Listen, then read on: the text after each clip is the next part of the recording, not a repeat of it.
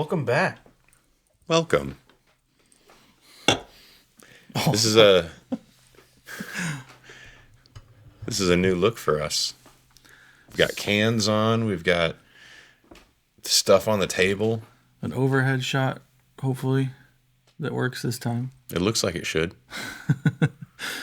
So this whole thing, I'm building a new pedal board, and this is basically just we're going to have fun with some pedals and try them in a bunch of different contexts.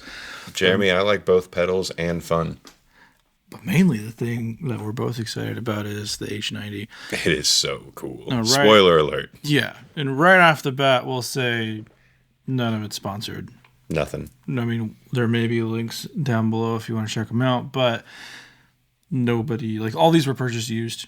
And if you can find these used, I'm always a fan. So literally everything on this board I either already owned, like the Pog or this old volume pedal that I'm looking to replace. Vintage. It actually probably is vintage. Ooh.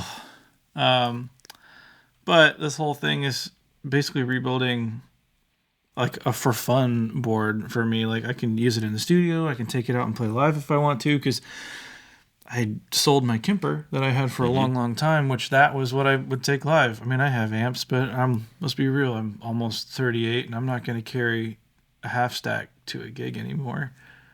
And the Kemper really solved that problem for me very nicely. So you sold the Kemper, and what'd you replace it with? What'd you go with here? There was a lot of deliberation, but what I settled on was the ToneX. What led you to picking the ToneX over, say, a quad cortex or the myriad of other ones? I know Fender fairly recently launched their own modeling pedal. I think the thing I mean, I'm not. It's bubbling. My can's bubbling. Anyway, the Fender thing looked awesome. It looked a little expensive and maybe a little limiting compared to what I was going to use it for. Where I like being able to take captures, and having the Kemper 10 years ago was a game changer. Being able to capture like album quality tones and take those with you for touring bands was like crazy. You just couldn't do it before. Quad Cortex is something I'm still very interested in, but a lot more expensive, and basically this is my proof of context with ToneX, and I'm honestly not mad about it. Yeah. Because what I'm finding I like is, and there's holes here that I want other pedals for, but what I'm finding I really like about the ToneX is I'm just treating it like an amp. Yeah. I'm not really messing with it. Like, you're not using the other aspects of it in terms of having different distortion pedals as part of your chain and stuff. It's just you're setting it up as an amp and then letting everything else on the board do the work. Exactly. And like pushing into it and breaking it up or compressing before it. I mean, and this is a stereo effect. So what's going on here, because this is mono, you can come out of this thing stereo, but what I'm finding is I'm not using any effects on here. It's just an amp for me. And typically in the studio, what I like doing when it comes to effects, if we want a stereo thing, I'm going to put a delay and reverb after an amp or after a mic'd cab. And I like that sound. I know there's people who don't or who do, but when I was putting together the board, I was like, I need 2 ToneXs so I can go delay verb into ToneX and ToneX and then on out. And then I was like thinking about it. No, this is how I treat stuff in the studio, so why not just do it like this? If I want to grow it later, I can. I mean, ToneXs are not that expensive, especially on the used market, which I bought this for, which I'm stoked. Before we dig into the other pedals and stuff, I would imagine today we're not going to be running through different settings on the ToneX. We're just going to treat it as you have an amp. So what do you have it set up? What amp are we using? What cabinet kind of emulation are we using? It's basically a matchless, and I haven't messed with it at all. If we want to play with it, we can see what it sounds like just kind of straight up here. Let's get rid of that. And I'm controlling the H90 with my iPad over here. Should I take a screen grab of this? Probably, yeah. I'm controlling the H90 via a USB-C cable onto my iPad because you can dive into the pedal, but this just makes it way easier when you're designing stuff. And we're going to be going through a bunch of presets. This just makes it way easier. So if we bypass the whole darn thing, now we should just hear the ToneX.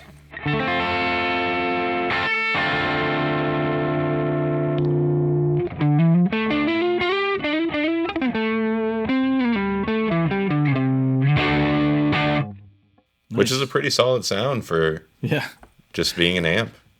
Yeah. I mean, it's a decent little starting point.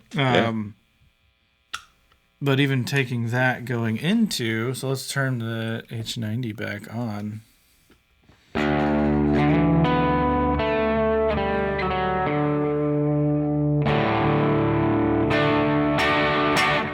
So you've got a little bit of delay and verb going on right now? A little bit, but let's save some of this for later. So, completely dry into the amp. I realized we had the Cali on, so try one more time. Okay, so this is completely dry. Completely dry. And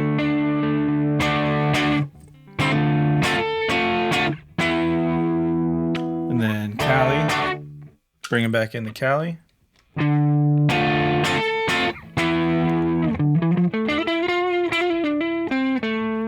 And this is a whole thing, too, because, like, the way I'm finding that I'm using this, and this may change over time, of course, right? Let's get it in a spot where... Does that work? I'm using Frankenstein cables right now because this is like version 1 of the pedalboard until I decide... This is his test bench, essentially. Exactly. Like what order things are going in and like what else I need to get. I have a whole bag of square plugs and Megami 2314 to like wire this whole thing up when I'm ready to go. So like all these old George L's that are like on their last leg. They're barely functioning, but they're functioning kind of.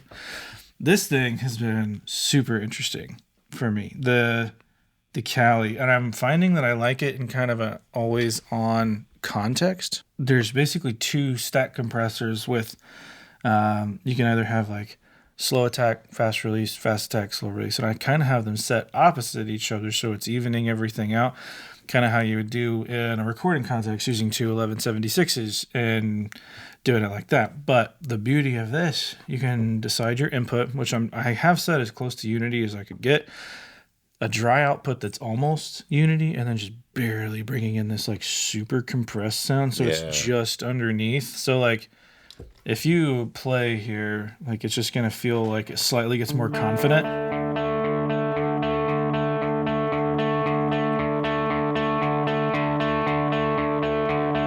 And that's just a little bit. It's not much. Just a baby bit. So like it gets cool, yeah. Like so, let's go no dry signal, no alpha. So it's basically off.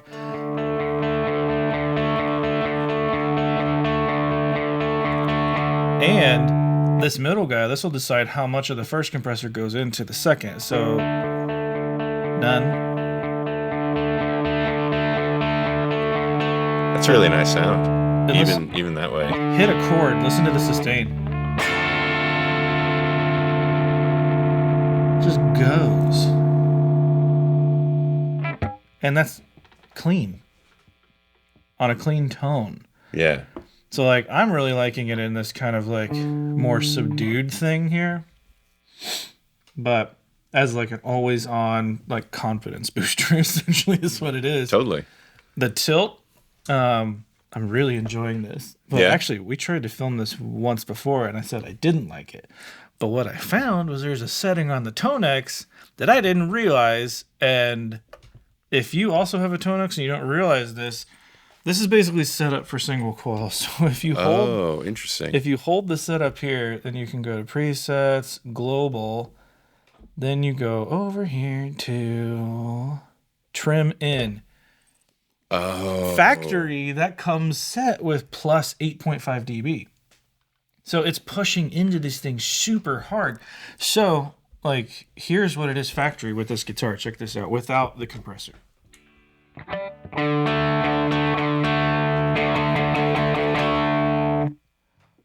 Now back to 0. Like, that's a totally different amp, right? Yeah, yeah. And I know it's giving you cues on the box to say, like, if you're low, if you're okay. I would rather have this set at 0 because I'm mainly using humbuckers, and sometimes I'm going to use a single claw. I wonder how many people have tried the ToneX and thought it was junk because as soon as they put a pedal in front of it, it just destroyed the tone. Yeah. And I was struggling for a long time, and I was like, why can't this thing take a boost in front of it? Because it's already boosted. It's already boosted. There can be no more boost.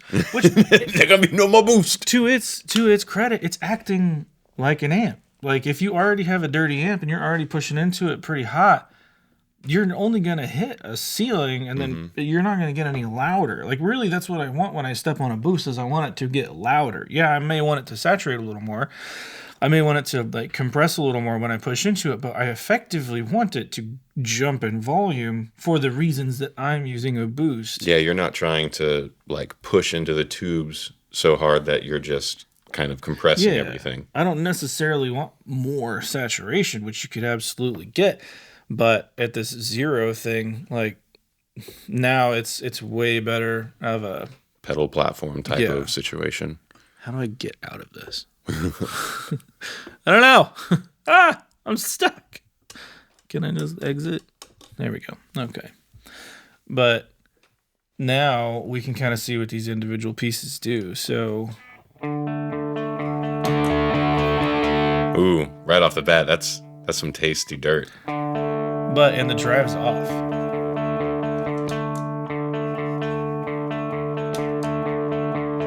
Again, there's a volume drop with this pedal that I don't necessarily love, but now this drive is a drive.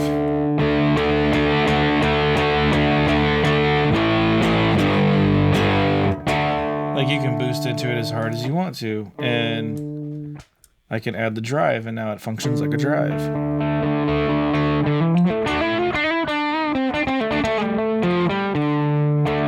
Breaks up in a nice expected way. Now add the comp.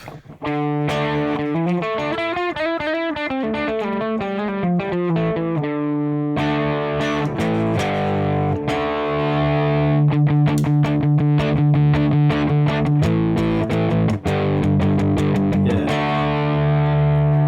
are you bridge like all the way open? Yeah. Yep. So feels that there's a lot of bottom end on this guitar in particular. This is true. So by the way, this one is your PRS. You told me the model of it. It's a custom 22 20th anniversary.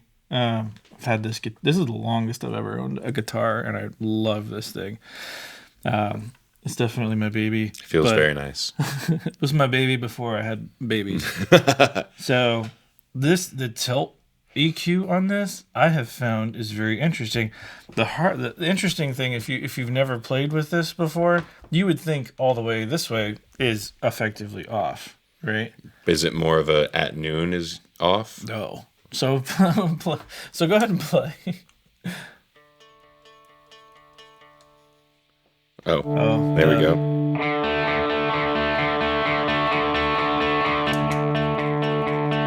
Oh. So that's basically like how much low end do you want back in your guitar? Yeah. All the way open is your low end. Okay, so fully open is everything without reduction. Correct.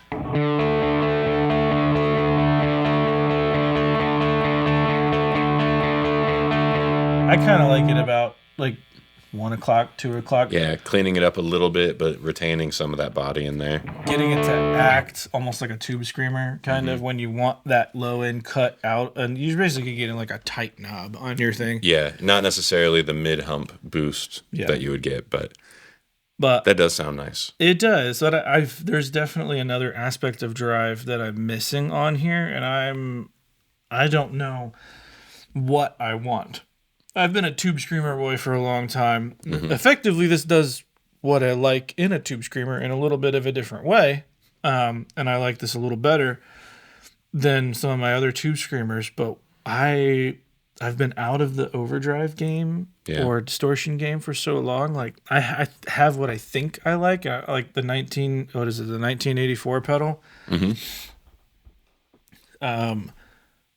The 1984 drive, that thing looks awesome. Like, so definitely like some Klon circuits are appealing, but like figuring out what the hole is here. Yeah. For what I play, which is kind of all over the place. It could go from post-hardcore to like playing Worship on a Sunday. You know, you never know. But man, you could get like 8 overdrive pedals. I could. Or the other thing is like this also has some pretty tasty overdrives in it. This is true. Anyway, so as they move another H9, putting it before the ToneX to drive, and then there's a lot of options here. So many options. That's the beauty of it. But this thing for me has been super interesting as a compressor, and I've found so many uses for it, and even in a bass context. Oh, yeah. I'm anxious for you to see there. But, I mean, the other pieces here, the volume pedal, I need to get something smaller and something a little more modern, because the taper on this thing is probably just getting old. It's not great. Like, I know this is an optical circuit in here, like it's physically blocking light, and that's what it's doing, but it's not working like it used to. I'm looking at like the Layla small versions, just a mono one. And then some kind of drive, some kind of fun something like the Chase Bliss Mood has those always, are very or fun. the Gen Loss, like just been those kind of weird types of pedals I'm super interested in. But as a bass, I think I really like the start of this. Like a killer compressor. This is hyper useful. Really liking what the ToneX is doing, but this is where the fun is. Oh yeah, so much fun.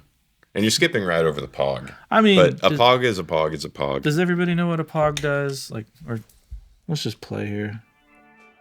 I don't even have to play. I just turn the volume up.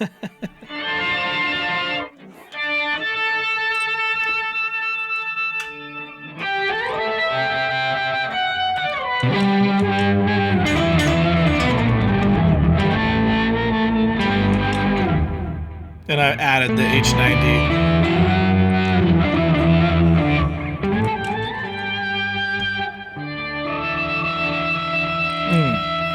Just screaming. I love it though. Like, it's a fun little pedal, and I think that's just gonna stick around because I like it.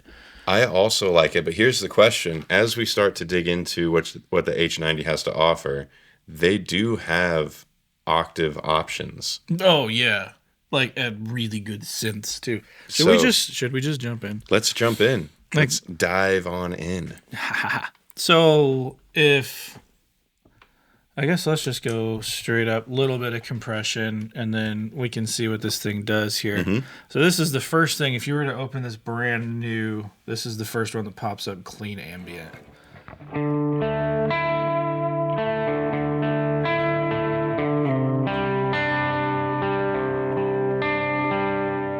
Which is a really great, just like starting sound. Makes it a little bit ethereal, but it's not completely washed out.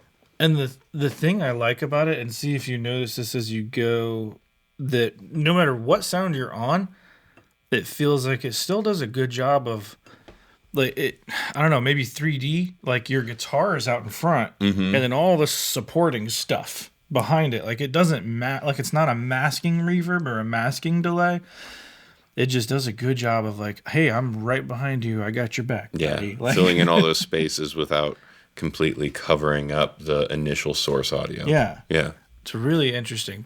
Our screen recording did not play nicely. We are sorry, but hope you still get the idea of how it works.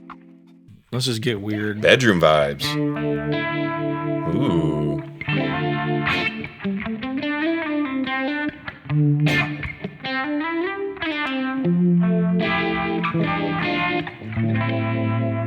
Oof.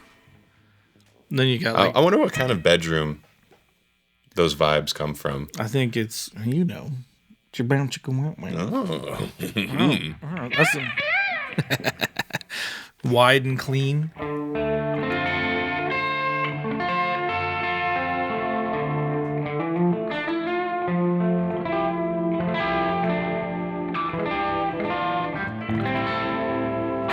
And the thing here, there's that tail. That's a nice tail.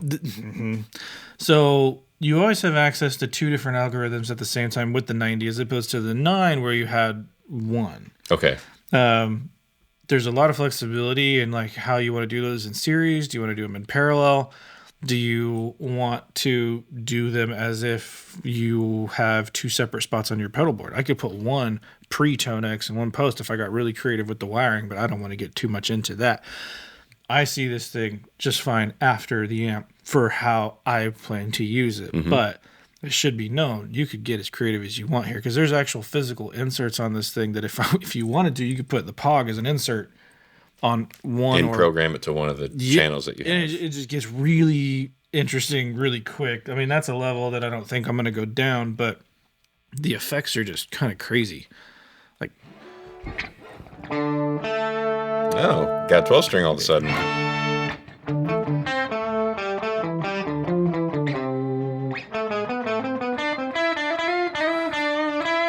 The tracking's pretty fast. It's very fast.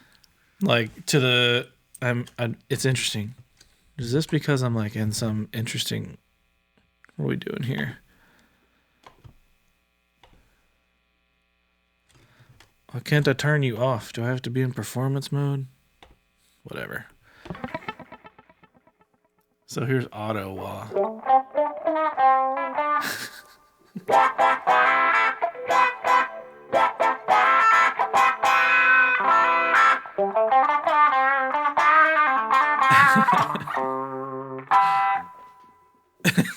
And the pinch harmonic.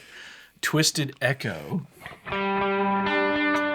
Ooh, I like this one a lot.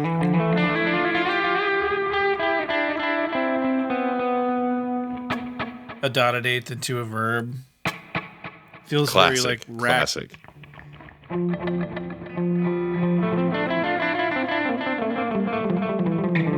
See if we can get like just some crazy wow.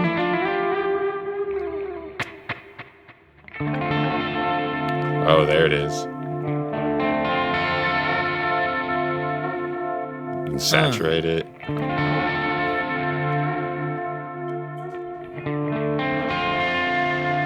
Ooh. That's using nasty tape. Yeah. That's but there's a use case for all of that. Oh yeah.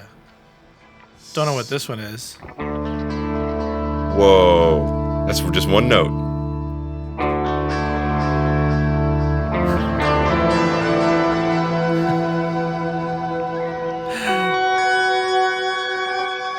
This is one of my favorites. What's that? The tails are crazy.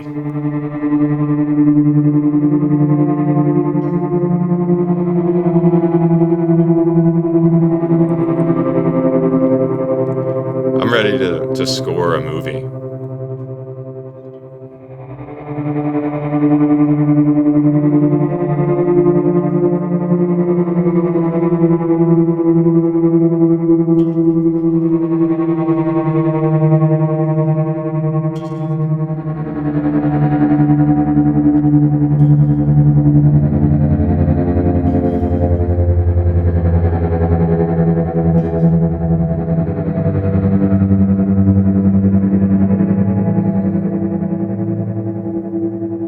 It's crazy.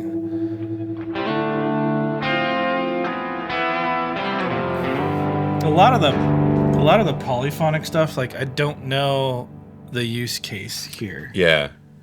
But that's usually how I am as well, where it can be fun to make some sounds and noises and maybe even like extra bleeps and bloops as textural like candy for the ear on a track or something. But as far as if I was playing live and had like a bank for polyphonic stuff, I have no idea how I would utilize it. Mm-hmm. Riff Rocket.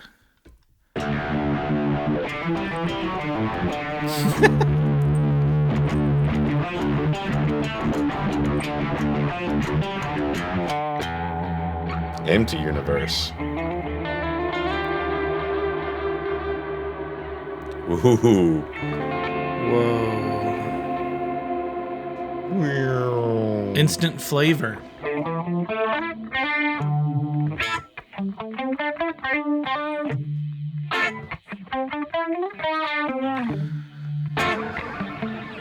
Mirror Dimension.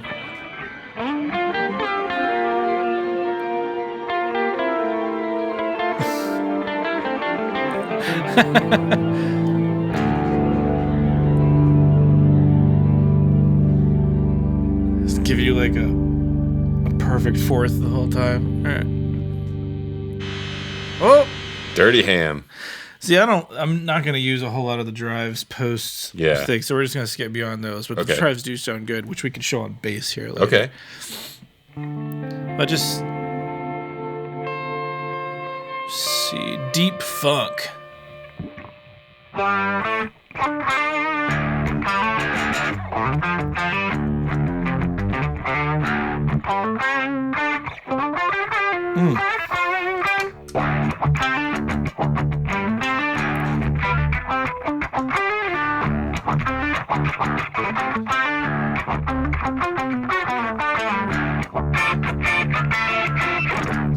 See, and one of the things I appreciate are how it reacts to low end in different ways. Like, and that's a combination of what's, I mean, the ToneX is doing it really well too, which is kind of surprising for something that costs as much as it does and how well it feels like an amp. I have not done a capture yet. This is just what's on the Just ToneX. a stock built in. Yeah, I can't wait to start adding like some of my own amps here that I know really well, and some of my own IRs, which still, this is just what's built into this thing. And with the Kemper, the built-in stuff was not, I didn't feel the same way about the starting points. So, which I definitely feel better now knowing I can adjust that input trim. So if you're having trouble with yours and you don't feel like it's touch sensitive, take a look at the input trim here, because I guarantee that's a large part of your problem. It was for me for a while. Not that I wasn't getting cool tones, but I felt like I was hitting a ceiling with it, and it didn't feel right. So that was a big thing. And using this tilt EQ and how much low end you can push into each one of these things, it just feels really good. Like, effects have come such a long way since I was last shopping for stuff. It's kind of bonkers. But if we go out here in like a whole set of user programs that has nothing. Let's just blank. Build something for fun. It's this is your empty canvas, and Jeremy is our Bob Ross. Let's just go to our nice little preset library over here. What do you feel? So we have delay, EQ, modulation, pitch, synth, distortion, looper, multi, which, I mean, that's kind of a hack to get more than two at the same time, reverb, and then utilities.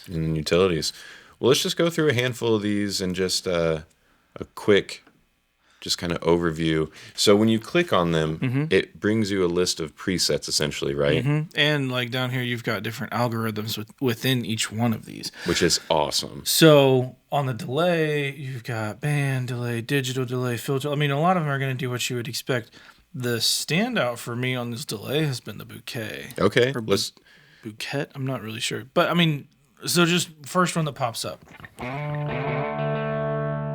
Very digital delay. Yeah. So let's click the bouquet. And these are just presets. Oh. Yeah. So much more texture to it.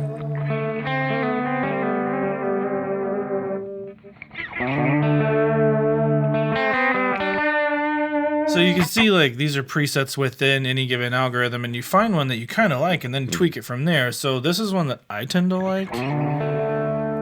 Very wide kind of feel. Yeah. Then we'd go over to parameters, and then from here we can adjust this thing. So if we don't like the mod, or we want more mod depth,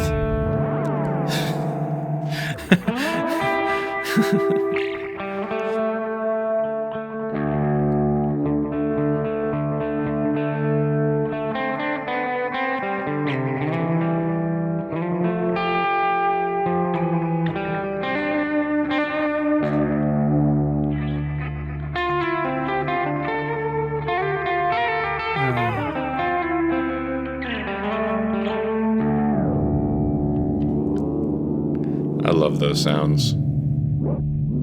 Yeah, give me the weeble wobbles. There's a lot here. So we obviously, if we went through every single algorithm, every single effect type, and all the patches, we would be here for 2 days. Yep. So we're not going to do that, unfortunately. But can you walk us through, like, maybe some of the ones that have stuck out to you out of these different groups and stuff? So I've built a couple, but like the choruses I do particularly like here, but they're the ones based in the pitch engine, I think. Oh, interesting. Pitch choruses.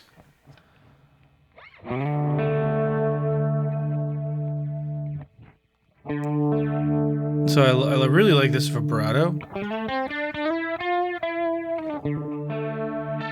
Yeah. So this chorus is actually in the pitch algorithm.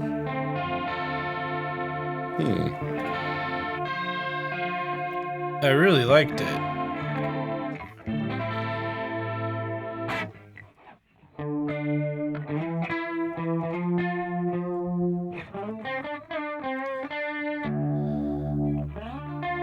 Basically just having different pitches on either side of you, kind of simulating a chorus.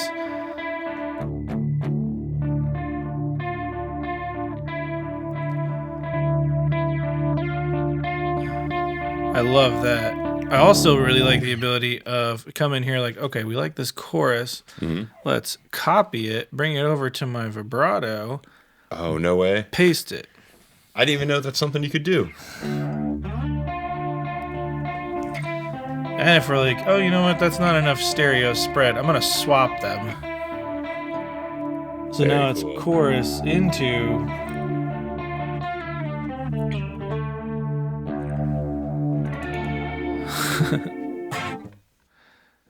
And if you wanted to even change how these work, now they're in parallel with each other. And this is where you could also put inserts, but I don't have anything plugged in. But if I wanted to, we could put anything in the insert of this, like an actual pedal inserted in here. So it's just kind of bonkers. Man, I would spend so many hours just experimenting and building way too many patches and then forgetting what they all do because I gave them weird names. Yeah. Now, one of the things I want to show you are the synths, because these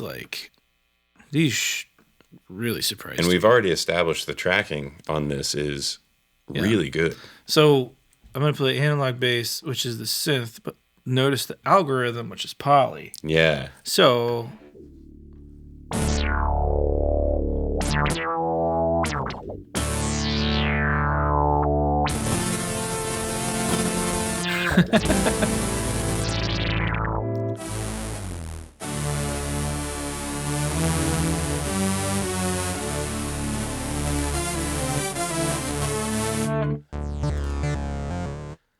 Is this one poly as well? No.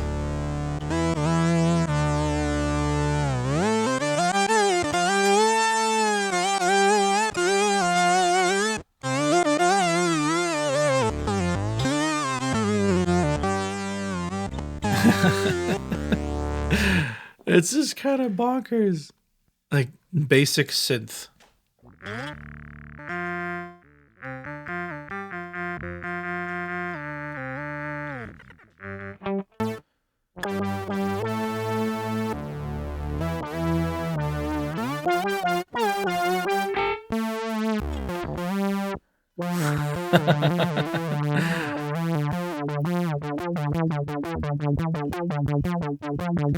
This is so sick. Yes, it's just...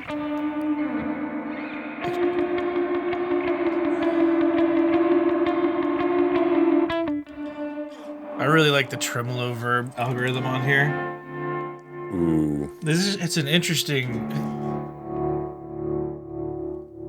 And it's more of a like a random oscillation instead of being just a standard like eighth note or something. Yeah. And of course, if you're coming from Eventide and you know like the black hole, like you have that algorithm here. Like...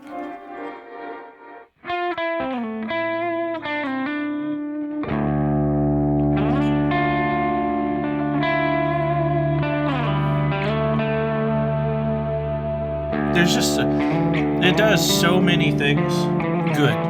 It really does. I haven't heard anything yet that feels completely unusable. Right. Which from my perspective, I've owned and played with a handful of digital pedals in the past that are like multi-effects pedals in some regards. And that's the problem I run into a lot where, I don't know, I always say that there's no unusable sound. It's just how do you use it. But let's just say that a lot of the ones that I have used have a lot of sounds that feel very, very, very difficult to find a use case for. Like afterthoughts. Yeah. Where this feels like, I mean, there's some stuff in here I'm like, I don't know what to do with this. But even then, the quality of the effect is like, it feels good to me. Yeah. I'll say that. Yeah. Like, if I had an effects unit like this when I first started playing, I mean, granted, it's expensive. And by far, this is the most expensive pedal I've ever purchased. Even used. Yeah. But, which, by the way, they're built like tanks. Like, buy this thing used. If you can find them. That said, even though it is one of the most expensive things, I feel like it's the most bang for the buck pedal I've ever purchased. Because even the couple weeks that I've owned this thing, or 3 weeks at this point, I think, it's already been used on countless sessions. Like, and the sounds we've got, like, honestly, I've been using the Pog in this, bypassing the ToneX, going into other bands' amps at the moment, because I mean, we're just how we're running in a session. Like, they want to use their amp, which is absolutely fine, but the sounds are bonkers. I believe it. So, and the way it takes other instruments and other guitars is really cool. But, do you want to try bass? Let's try a bass. Whoa, drop C. Oh, yeah, sorry. Oh, you have round wounds on this now. Didn't you used to have flat wounds? I do. I went with the roundies. I'm liking it. That's why you gotta get more basses, so you can have it all. Some flats, some round, some just tape wound.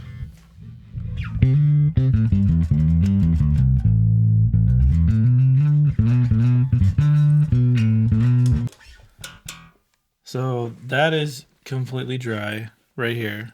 Okay, so you obviously were not going into the same amp model anymore. No. I switched it to Bass Grit. Another stock ToneX sound. Yeah, can you guess what it is, though? So,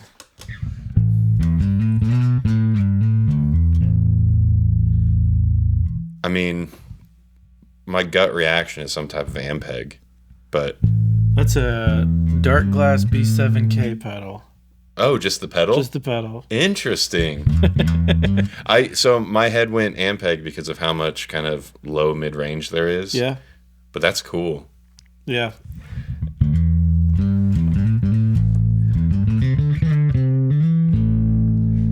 But there's a couple like bass drive.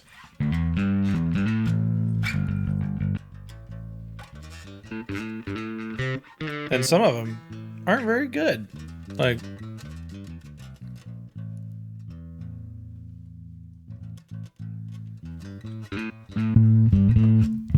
but I did like that one. Yeah, that one has a lot more output. That's one of my issues I run into a lot of, running a bass into any type of modeler, trying to get it clean. The output always feels really, really low unless you smash it with compression. Yeah. So now try this.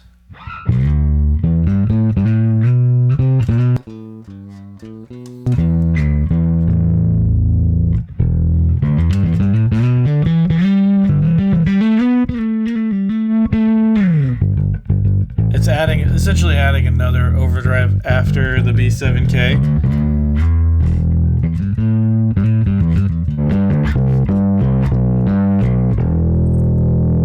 Meaty.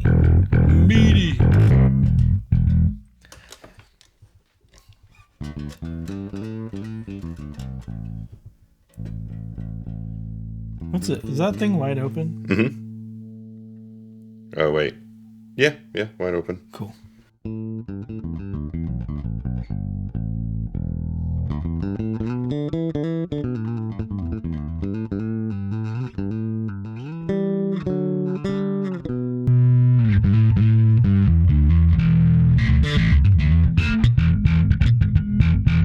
I really like this. Oh, yeah.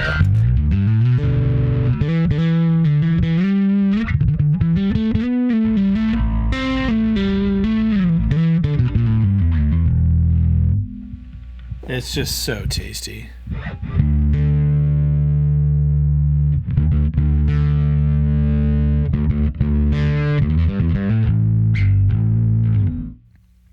So there's effectively no compression right here. Mm-hmm.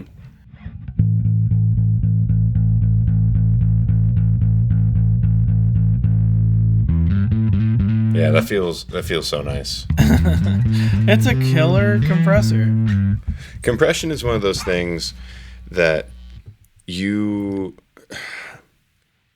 with my students, and when they start to dive into the pedal realm and stuff, both bass and guitar, I always want to let them know that, in my opinion, compression is one of the most important utility pedals, but never to start with it. Yeah. Because I think the more you can understand the feeling of your instrument and your rig, the more you can qualify what it is that you like in a compressor and the kind of function that you would benefit that compressor having. Does that make sense? No, yeah.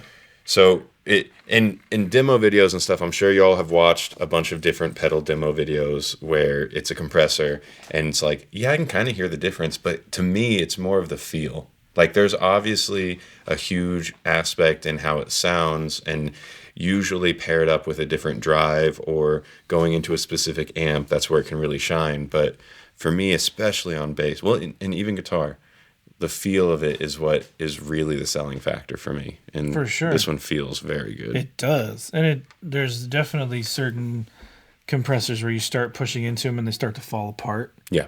Like this one will get there, but it takes a lot more to get there. Like, there's a much wider range of usable compression on this thing. And again, it's expensive. Like, but I'm kind of to that point in where I'm at as a player. Like, this is for fun for me. Like, so I realize how, I guess, well, what would that be? Like, I definitely have some, what word am I looking for here? I'm not sure. Like, you have some reservations? No, like lack of reservation? I have good things. What is it? Oh my gosh. Like quality things? No, I think am I having a stroke right now? I hope not. Can we add me to your will real quick if you are, though? Add what? Add me to your will. Do you smell toast? No, no. No, I realize, like, not everybody gets to purchase pedals like this in this context. And, I mean, also buying them used helps a whole lot. A whole lot. Like, if you were to go out and buy all of this stuff brand new, you would have spent twice as much. For sure. Easily. Like, man, a lot of this came through, like, patience and selling off old pedals. And I'm not even saying these are, like, the best pedals. From what I had, these are way better than what I had. Because I realized how old my collection was.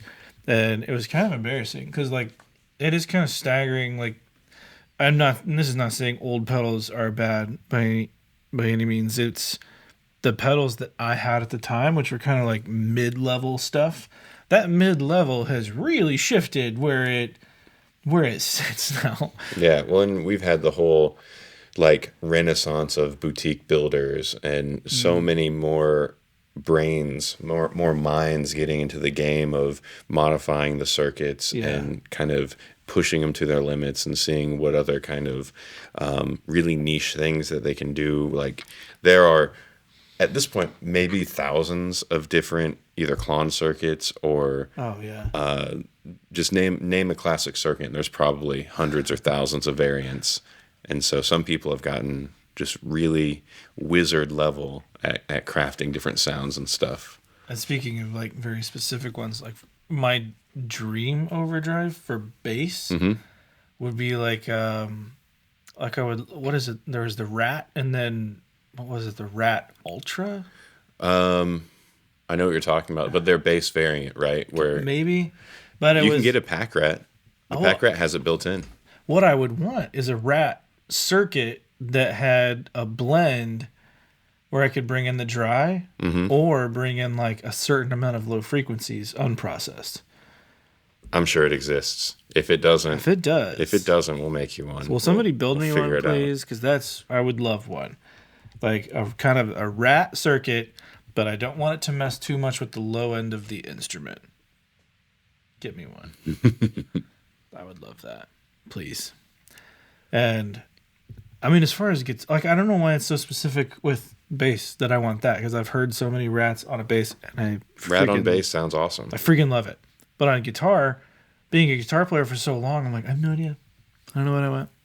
Like, I've played so many things and like into amps for so long, and maybe it's the era that I grew up playing in, like high gain amps, and let the amp do most of the work. And I didn't really. In that case, all you really need is something to cut out that low end and tighten it up. And a tube screamer served that function perfectly, because what I was using was high gain amps and like humbucker guitars, and pull out the low end and tighten it up before it hits that amp. And maybe you want to push into a little harder. Like, you're never really using the distortion on a tube screamer. It was just as a boost and then to cut out your low end. Yeah. So now it's like this whole different world has opened up. Like, now if I have something very consistent here, it's kind of staggering how many different flavors there are. So what I would be very interested in. There's so many that sound very good. Like, what I would be interested in is, what are your favorite overdrives? Or seeing this layout, what should go here as an overdrive? Very interested. Oh yeah, hear that? Beep, this is why I'm about ready to build some cables. There you go. Because of this problem right here. What I think a piece of that puzzle too is, are you looking for, because this is more of a fun rig for you, are you looking for an overdrive with versatility, or are you looking for a very specific tool that gets a specific sound? What I like is something that can be touch sensitive and very reactive to the signal coming into it. Like, I can pull back on my volume, because I'm very much like, I will pull back my volume. Right. I want it to still be like, I want it to clean up, but as I roll into it, it's not gonna be fragile. Like, I don't know what the right thing to say there is. I know what you mean. Yeah. There's some overdrives or some distortions where if you pull back too much, it just kind of doesn't get enough juice to give you anything. It becomes like very thin and brittle, and it doesn't really retain the note anymore. I would love something that had a very interesting sonic signature to it. Like, I really like the Benson Chimera circuit. I played on one of those for a long time. So some of the Benson stuff I had looked at. I don't know if that's the move for me with the rest of this stuff. I know that this is not the direction you want to go, but I could almost foresee you getting a Chimera circuit, but using it in one of the loops of this, so you have specific patches that just use the Benson, and let that live on like the first story of the board, so you're not messing, because like as an old every time I've heard you talk about the Chimera, it's like the one specific sound within that that you like, right? So I could see you set it and forget it, leave it under there, and incorporate it in patches on the H90. Yeah, if I did that, I would feel like it would be a waste on just some patches. Like, if I did that, I feel like it would be another always on right next to my compressor. That's fair. That's fair. But which it could be. It could. The other thing I was looking at was the 29. Was it 29 effects? I'm not familiar with this one. Ooh. Yeah. Ooh. Yeah. Yeah. I don't know. They have like such a pushed thing there. Like, it shows its teeth. Like, I don't know. So there's so many options. I mean, do I really need it? I don't know. But I think as a bass setup, this is pretty cool. I think it's very cool. And you already have more sound choices than you can shake a stick at. I know. Do you want to play with this? And I noodle around for a little bit? Yeah, go for it.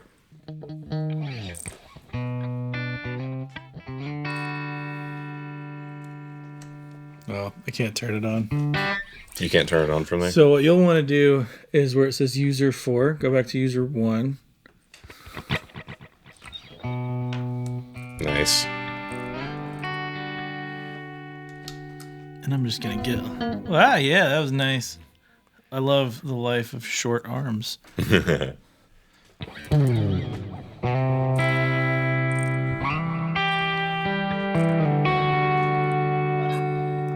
I like that. I want it to be more washy. So we can... Go to parameters. We can also just edit any of these presets, yeah? Mm-hmm. So empty auditorium.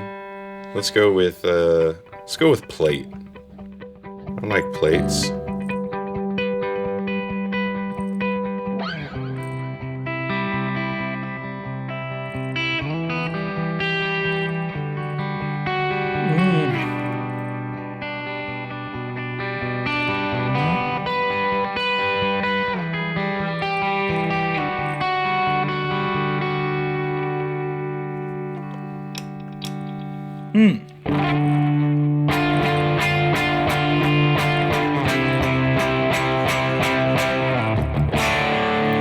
Oh, reverb's been bypassed the whole time. See?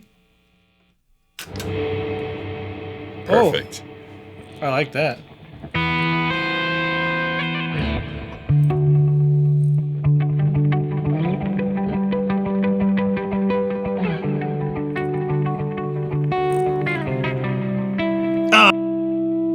This episode has a cursed phantom of its own. Between a failed camera and corrupted footage, here is our record rec from our first attempt at making this episode.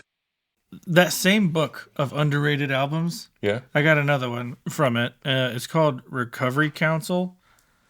And if you look at the cover of this, like, what does that play to you?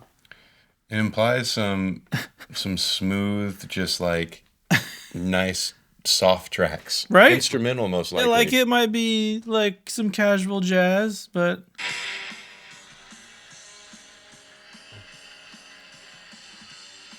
You know, I guess everybody is allowed to enjoy a sunset.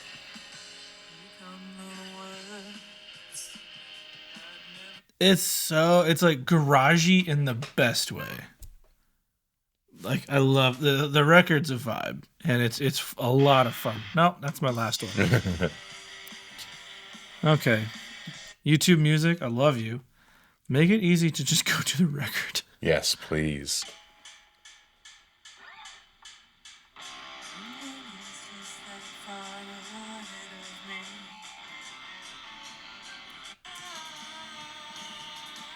Oh, interesting. Like, it's weird and it's cool and it's a vibe. Recovery Council. I know nothing about the band other than they were in a book that you read. They were in a book, and I listened to it, and I was like, "This is actually pretty cool." Nice. Mine is a throwback for me. I'm not sure if you've heard of this band, and I don't think that I've talked about them before, but this came up from a writing session with one of the groups that I play with, and we were just kind of sharing different, like, inspirational things or things that we listened to that kind of cultivated what we listened to in the heavier genre when we were younger. So this is Affiance. The song is Call to the Warrior. If you have an opportunity, look up the music video for it, because it's from the Guitar Hero rock band era. And so their music video is of them playing their own song on Rock Band. And it's... What a flex. Dude, they're just goofballs, entirely goofballs, but a lot of the music is cool. It has some of the metalcore tropes in it, a little bit of like a Day to Remember flavor, but the vocals are one of my favorite aspects of the band. So I'll try to get to one of those parts.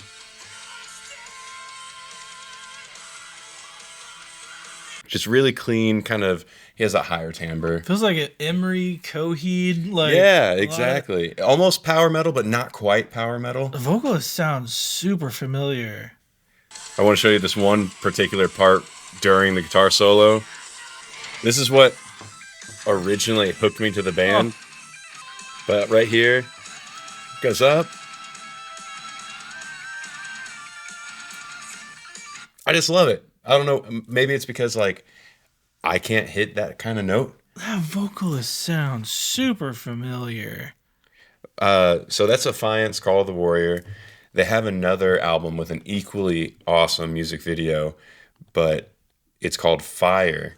And in that music, go figure, they light themselves on fire, the whole band. And there's like hair's on fire. They're doing hair twirls. It is awesome. I'm trying to see what other bands this dude has been in. I'm not going to pretend to pronounce his name. Yeah, it just says Affiance. Man, he sounds Maybe because he sounds like the guy in Protest the Hero a little bit. He does, yeah. Like it's kind of that Emery Coheed Protest the Hero thing. Mm-hmm. I played that riff a minute ago. Yeah. I don't want to play the rest of the song. That's cool. I like that. Yeah. Very much worth listening to some of their discography.